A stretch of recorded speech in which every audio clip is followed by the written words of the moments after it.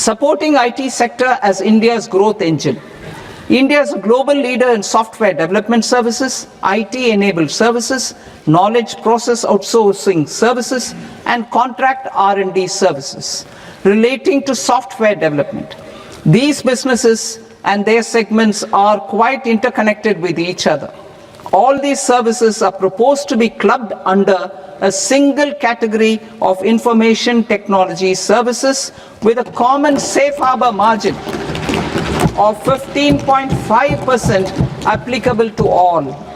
The threshold for availing safe harbor for IT services is being enhanced substantially from 300 crore rupees to 2,000 crore rupees. Safe harbor for IT services shall be approved by an automated rule-driven process without any need for tax officer to examine and accept the application.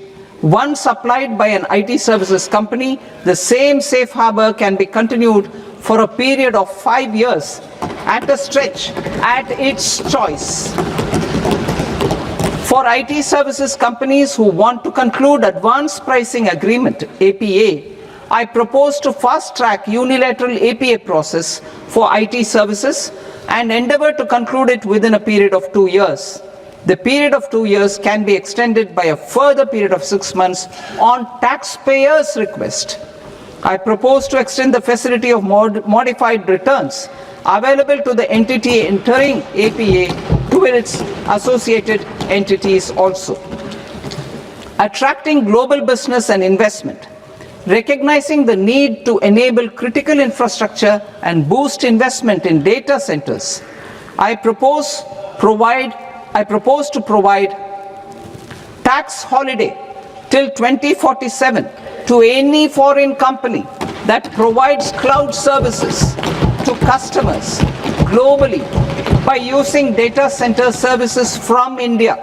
It will, however, need to provide services to Indian customers through an Indian reseller entity. I also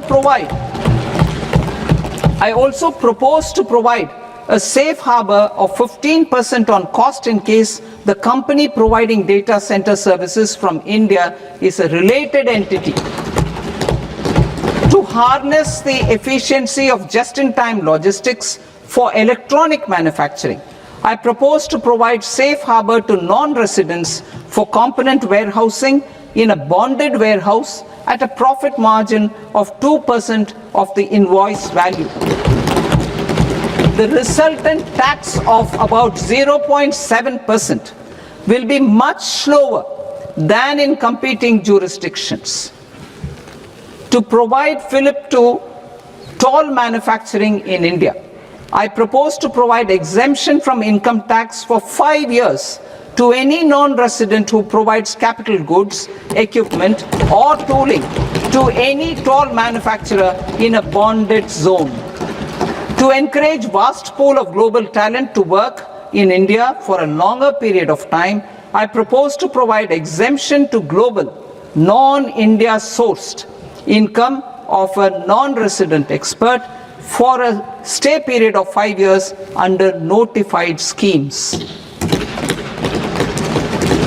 I propose to provide exemption from minimum alternate tax, the MAT, to all non-residents who pay tax on presumptive basis.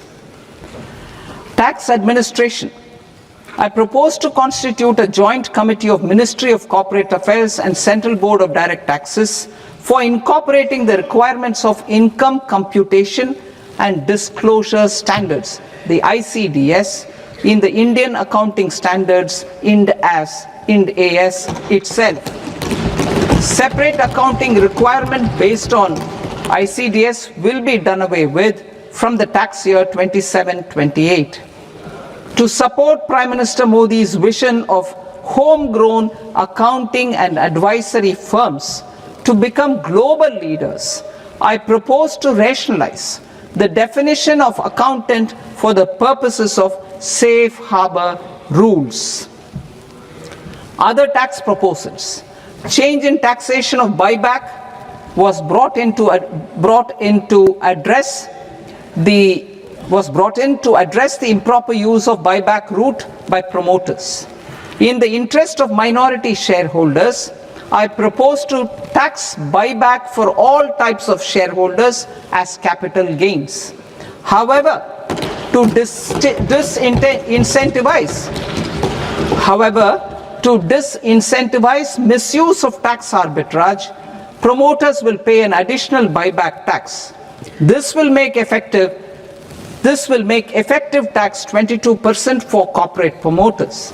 For non-corporate promoters, the effective tax will be 30%. TCS rate for sellers of specific goods, namely alcoholic liquor, scrap and minerals, will be rationalized to 2%, and that on tendu leaves will be reduced from 5% to 2%. I propose to raise the STT on futures to 0.05% from the present 0.02%. STT on options premium and exercise of options are both proposed to be raised to 0.15% from the present rate of 0.1% and 0.125% respectively.